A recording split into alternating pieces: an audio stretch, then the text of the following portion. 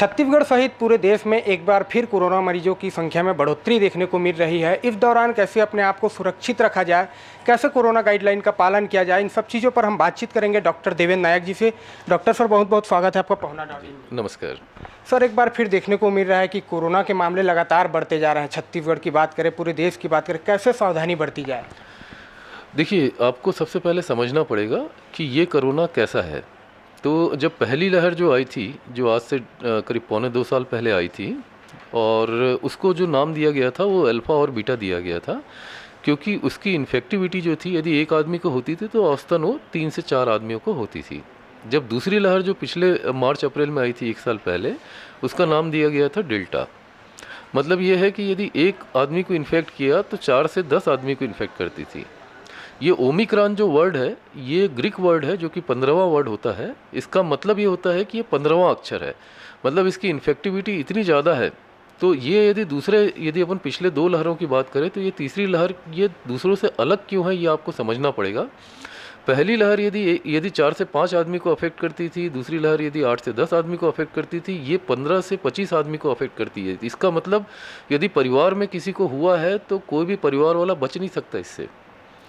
तो ये हमको समझना पड़ेगा, इसकी इन्फेक्टिविटी ज़्यादा है। और दूसरा, पहले और दूसरे कोविड में पेशेंट का बॉडी जो है वो एंटीबॉडी डेवलप करता था। यदि एक बार किसी को हो गया तो 3-6 महीने में फिर से उसको कोरोना होने के चांसेस नहीं रहते थे। लेकिन इसमें अभी तक ये रिसर्च में अभी तक सामने आया है कि इसमें बॉडी जो है वो एंटीबॉडी डेवलप नहीं कर रहा है। तो इसका मतलब ये है कि आपको हो गया है तो आप 3 महीना आप फ्री रहेंगे, ऐसी वाली बात नहीं है। हो सकता है आपको 15 दिन के बाद फिर से हो जाए। तो एक तो इन्फेक्टिविटी इतनी ज़्यादा, जो दुनिया क्यों चिंतित है, WHO और नाटको ये सब चिंतित इसीलिए है क्योंकि इसकी इन्फेक्टिविटी जो है बहुत ज़्यादा है। दूसरा, इसमें एंटीबॉडी शरीर नहीं बना रही है तो प्रोटेक्शन नहीं है। तो इसका प्रोटेक्शन जो है वो तो सबसे पहला है वैक्सीन। तो यदि आपने वैक्सीन नहीं लगवाया है, आप वैक्सीन लगवा लीजिए। यदि अभी बूस्टर डोज आ रहा है, और ख़ासकर जिनकी उम्र 60 साल से ज़्यादा है, जिनको कोमॉर्बिड कंडीशन है, डायबिटीज़, अनकंट्रोल्ड डायबिटीज़ है, या जिनको कैंसर के पेशेंट्स हैं, तो ये इसमें आप जिनकी इम्यूनिटी डाउन है उनको तो आपको बूस्टर डोज लगवाना ही लगवाना है।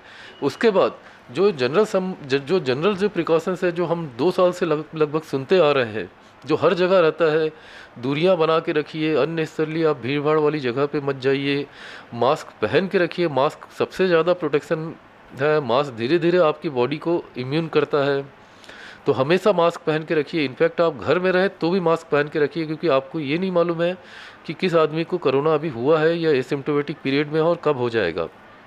तो मास्क तो बहुत ही ज़्यादा ज़रूरत है। हाथ आप बार बार धोइए, सैनिटाइज़र का उपयोग कीजिए। कुछ भी होता है तुरंत डॉक्टरों से बताइए, पूरा रेस्ट कीजिए, पौष्टिक आहार लीजिए, हरी सब्जी खूब खाइए। इसके अलावा आप बॉडी इम्यूनिटी वाली जैसे च्यवनप्राश हो गया, ये खाइए, योग करिए, आप एक्सरसाइज करिए डेली। तो ये सब आपकी बॉडी को इम्यूनिटी देती है। और अभी तक बता दूं कि आज तक 2 लहर आ चुके हैं। WHO ने भी और कहीं पे भी कोई क्लियर कट गाइडलाइन इसके लिए नहीं बनाया, क्योंकि ये वायरस अपने आप को म्यूटेट कर रहा है। पहले WHO ने बोला रेमडेसिविर इफेक्टिव है, बाद में बोला नहीं है। एम्स का गाइडलाइन आया है रेमडेसिविर। तो कोई भी मेडिसिन इसमें अभी तक, पहले आइवरमेक्टिन हुआ, क्लोरोक्विन हुआ, सब आए, लेकिन आज फिर लास्ट में सब आ जाता है ICMR बोलता है कि नहीं है इफेक्टिव। तो इफेक्टिव क्या है? तो इफेक्टिव है हमारी बॉडी की इम्यूनिटी। आज यदि जो भी बचे हुए पिछले 2 लहर से, वो सिर्फ बॉडी की इम्यूनिटी और ये प्रॉपर प्रिकॉशंस, प्रॉपर डिस्टेंस जो फॉलो किए हुए हैं उसके कारण बचे हुए हैं। तो आप बहुत पर्टिकुलर रहिए, बॉडी इम्यूनिटी बढ़ाइए, बैड हैबिट छोड़िए, एक्सरसाइज कीजिए, और उसके बाद में वैक्सीन लगवाइए। यही इसका बचाव है। अदरवाइज़ इन्फेक्टिविटी इतनी ज़्यादा है तो आपको तो दिक्कत होगी, साथ साथ पूरे परिवार को दिक्कत होगी। जिनकी एज ज़्यादा है, आपके मदर फादर या छोटे बच्चे हैं, उनको प्रॉब्लम होगी। और उसके साथ साथ फिर धीरे धीरे क्या होता है, एक आदमी ये सोचता है कि भाई मेरे को क्या, लेकिन ये जो चीज़ है ये आपके साथ साथ आपके परिवार को भी अफेक्ट कर रही है, या आपके कम्युनिटी को अफेक्ट कर रही है, आपकी सोसाइटी को अफेक्ट कर रही है, आपके स्टेट को अफेक्ट कर रही है, और एक आपके नेशनल को भी अफेक्ट कर रही है। तो इसको अपने को पर्टिकुलर रहना है। सर, आपने बताया कि जो ओमिक्रॉन है 15 से 25 लोगों को अपने चपेट में ले रहा है। कहा जा रहा था कि जो तीसरी लहर है इसमें बच्चे ज़्यादातर संक्रमित होंगे, तो बच्चों को कैसे दूर रखा जाए, कैसे कोरोना से बचाया जा सके? देखिए, बच्चों में एक सबसे अच्छी चीज़ ये है कि लिम्फोसाइट्स होते हैं, तो उनकी इम्यूनिटी थोड़ी स्ट्रांग रहती है नॉर्मल उससे, तो हाँ, उन लोग अडॉप्ट कर लेते हैं। तो अभी तो ये 15 टू 18 ईयर्स का वैक्सीनेशन चालू हो गया, तो बच्चों को तो आप बिल्कुल वैक्सीनेट करा दीजिए। जो 15 साल से ऊपर है उनको वैक्सीनेट करा दीजिए। और दूसरा, अभी जो है गवर्नमेंट की गाइडलाइन भी आ गई, स्कूल कॉलेजेस जो है वो अभी बंद हो रहे हैं, तो ये कीजिए। और तीसरा जो सबसे बड़ी चीज़ है, कोई भी जरा सा भी संक्रमित लगे या जिसको नॉर्मल सर्दी खांसी या बुखार या बॉडी में दर्द रहे, तो बच्चों से थोड़ा सा दूरियां बढ़ा के रखें। और बच्चों को भी आप मास्क पहना के रखिए। भाप ले, वो स्टीम लेना उनके लिए बहुत ज़रूरी है। सर, एक चीज़ ये देखा जाता है कि मौसम बदलने के कारण सर्दी जुकाम होता है, तो बहुत से लोग लापरवाही बदल देते हैं कि ये मौसम के कारण है, और ऐसे में कोरोना के टेस्ट कराने पे पॉजिटिव आता है, ये एक खतरा बना रहता है। देखिए, ये चीज़ अपने को समझना है कि जो सर्दी खांसी जो नॉर्मल मौसम बदलने से भी होता है वो भी वायरल डिसीज़ है, और जो कोरोना जो है ओमिक्रॉन वो भी वायरल डिसीज़ है। तो अपन ये बोल सकते हैं कि ये नॉर्मल सर्दी खांसी है जिसको कि ओमिक्रॉन दे दिया, ऐसी वाली चीज़ लोगों में भ्रांतियाँ बनी हुई हैं। लेकिन चूंकि कोविड यहाँ पे आ चुका है, तो कोई भी बड़ी चीज़ है वो छोटी चीज़ को दबा देती है। तो अभी नॉर्मल सर्दी खांसी भी होगा तो आप ये मान के चलिए कि वो कोविड के ही लक्षण है, वो ओमिक्रॉन के होने की ज़्यादा संभावना होती है। तो आप इसको लापरवाही ना करें, इसको नॉर्मल सर्दी खांसी ना देखें, क्योंकि हमने पिछले 2 लहर में देखा है कि बहुत सारे परिवार ऐसे हैं जिन्होंने कोई ना कोई सदस्य अपना खोया है। तो यदि हम इसको हल्के से लेते हैं कि भाई आज तो हमको कुछ नहीं हुआ, पिछली बार भी हुआ था तो 5-7 दिन में ठीक हो गए थे, ये तो कुछ भी नहीं है, ये तो ऐसी बस र्यूमर है, तो आप बहुत बड़ी गलतफहमी में हैं। आप उनसे पूछिए जिन्होंने अपने को खोया है इस चीज़ में, और जिनको कोई उम्मीद नहीं थी। हमने तो यहाँ पे देखा है कि जो 25-30 साल वाले भी थे वो भी गए हैं, और जो 70-80 साल वाले थे वो भी अकस्मात गए हैं। अनफॉर्चुनेट थिंग्स थी। तो आप बिल्कुल लापरवाही मत कीजिए। आप ये वाली चीज़ काहे को छोड़ते हैं? ज़रा सा प्रिकॉशंस लेना है और आप इससे बच सकते हैं। सर, एक चीज़, कोरोना के सामान्य लक्षण दिखने पर होम आइसोलेशन से ठीक हो जाया जा सकता है या फिर अस्पताल में भर्ती होना ज़रूरी है? देखिए, इस बार का कोरोना जो आया है, इसके सिम्टम्स और इसका जो इफ़ेक्ट है वो टोटली डिफरेंट आया। जो सेकेंड लहर थी वो लीथल थी, उसमें बहुत सारे लोगों का चेस्ट इन्वॉल्वमेंट होता था। ये अभी जो कर रहा है, ये गले में खराश कर रहा है, ज़्यादा फीवर कर रहा है, और उसके बाद में शरीर को टूटने वाला, मतलब बोन पेन जैसा, और पूरा माइल्जिया, पूरे शरीर में अकड़न और दर्द जैसा हो रहा है। बट इसमें आदमी का सैचुरेशन डाउन नहीं हो रहा, लंग इफेक्ट नहीं हो रहा है।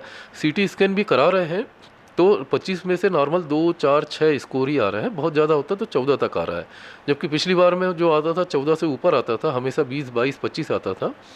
तो एक तो घबराइए नहीं, डरिए मत, क्योंकि ये जो है इसमें अभी जान नहीं जा रही है, लेकिन बट इन्फेक्टिविटी ज़्यादा है, इम्यूनिटी अभी बॉडी बना नहीं रही, ऑटो एंटीबॉडीज़, तो इसलिए थोड़ी सी दिक्कत हो रही है। बट हमारे पास वैक्सीन भी आ गया है, तो उसका भी एक इफ़ेक्ट है कि जो ये इतना ज़्यादा लीथल नहीं हो रहा है।